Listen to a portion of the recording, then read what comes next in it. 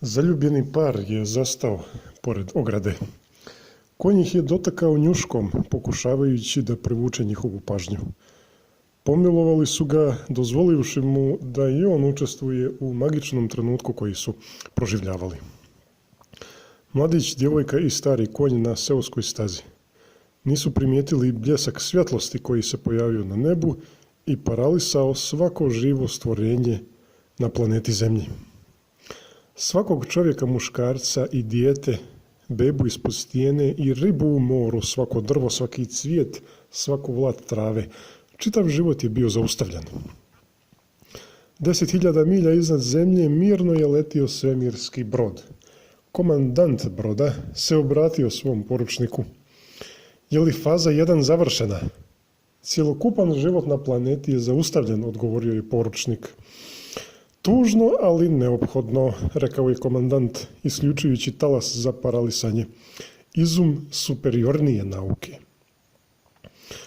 To su bile njegove posljednje riječi prije nego što je cijel brod pretvoren u oblak pare.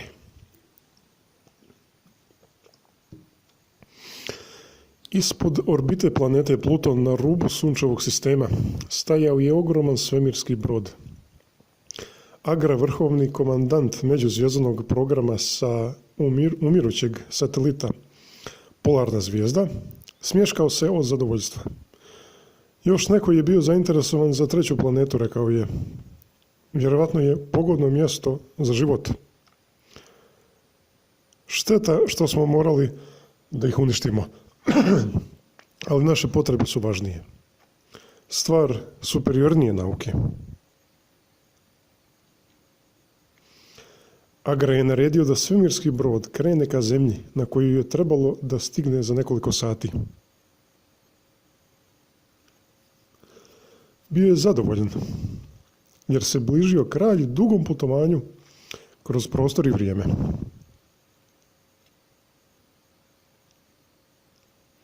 Po prvi put poslije nekoliko hiljada godina pripadnici njegove rase će moći da napuste svemirski brod. Tokom tog dugog perioda, iz generacije u generaciju, oni su živjeli i umirali u skučenom i zatvorenom prostoru svemirskog broda, putujući skoro brzinom svjetlosti kroz beskrajnu vasionu. Broj žitelja na broju je stalno bio isti, sa jednakim brojem pripadnika muškog i ženskog pola. 25 muškaraca i 25 žena koji nikada nisu osjetili vjetar na svom licu, koji nikada nisu uživali u mirisu cvijeća ili sanjarili posmatrajući zalazak sunca. Znali su sve o tome, ali samo iz knjiga i filmova njihovih predaka koji su krenuli na ovo epsko putovanje. Agra i članovi njegove posade su znali da je njihov narod nekada živio na zelenoj i lijepoj planeti. Planeti punoj šuma, rijeka i mora.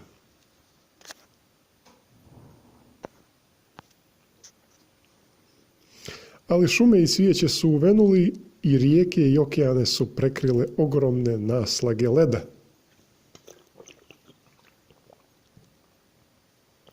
Kada je njihova planeta počela da umire, njeni stanovnici koji su bili visoko inteligentni, poslali su u svemir svemirske brodove, to jest ogromne letjelice, u nadi da će jednog dana negdje u vasioni njihova rasa naći novi dom na nekoj drugoj planeti. I ova nada ih je održavala u životu iz generacije u generaciju.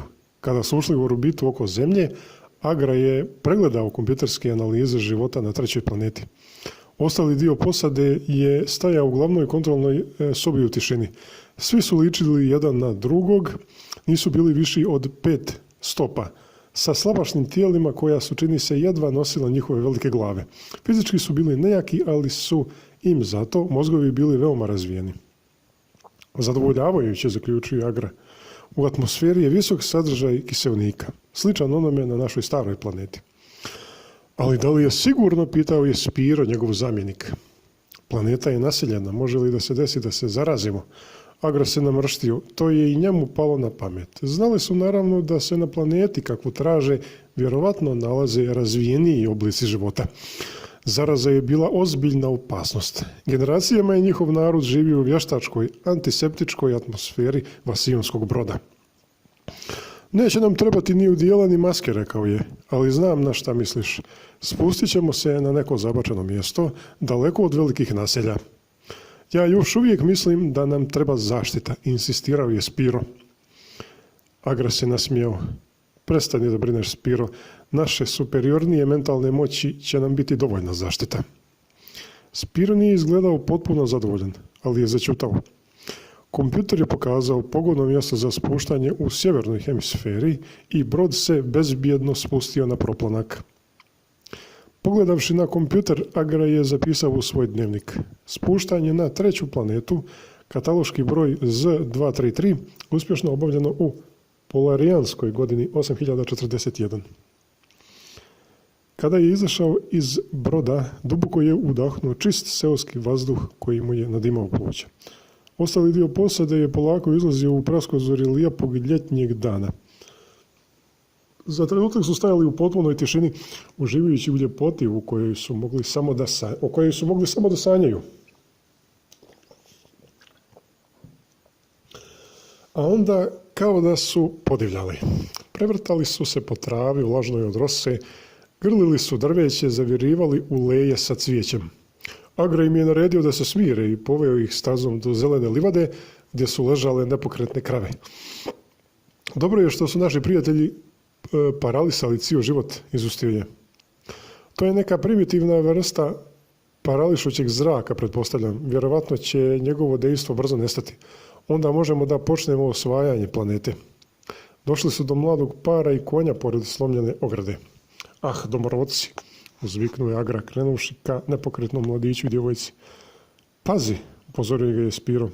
Agra je slegnuo ramenima. Veoma su nalik na nas, što se moglo i očekivati s obzirom na fizičke uslove na ovoj planeti, ali im je kapacitet mozga ograničen.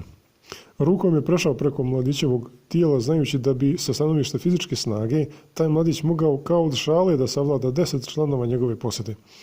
Isto tako je znao da bi svaki član njegove posade mogao za nekoliko sekundi da pretvori tog istog zemljanina u pepeo, koristeći se pritome čistom mentalnom snagom. Vjerovatno su puni svih mogućih bakterija, promrmljao je Spiro. Trebalo je da obučemo naša svemirska udjela. Agra se nasmijao. Naša superiornija nauka će pobijediti, rekao je.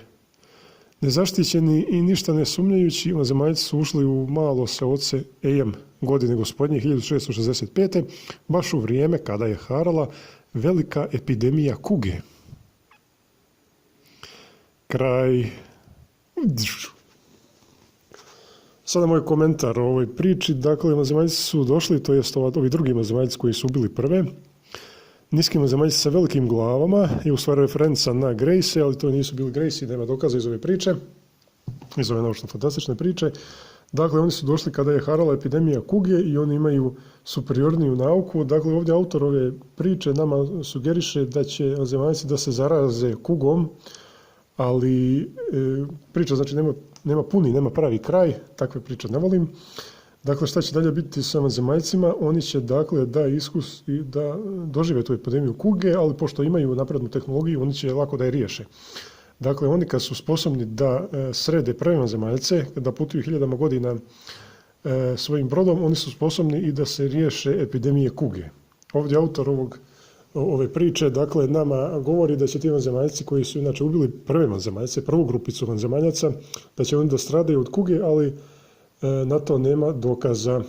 Autor nas upućuje da su ovi vanzemaljci, Agra i ostali, da su znači dodirnuli te ljude i na taj način se zarazili u doba epidemije kuge, ali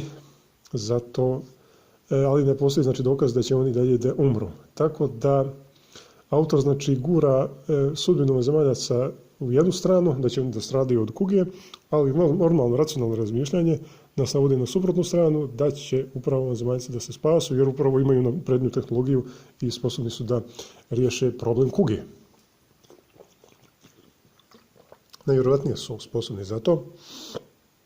Mislim da oni strahuju od zaraze, ali zar ne postoji neki način da spriječe tu zarazu? Čudno bi bilo da su oni sposobni da prevale toliki put i toliko godina da putuju, a da riješe običnu kugu, da nisu u stanju da riješe, zaista bi bilo čudno. I to bi bilo to što se tiče komentara u vezi ove naučno-fantastične priče koja se zove Paralisana planeta.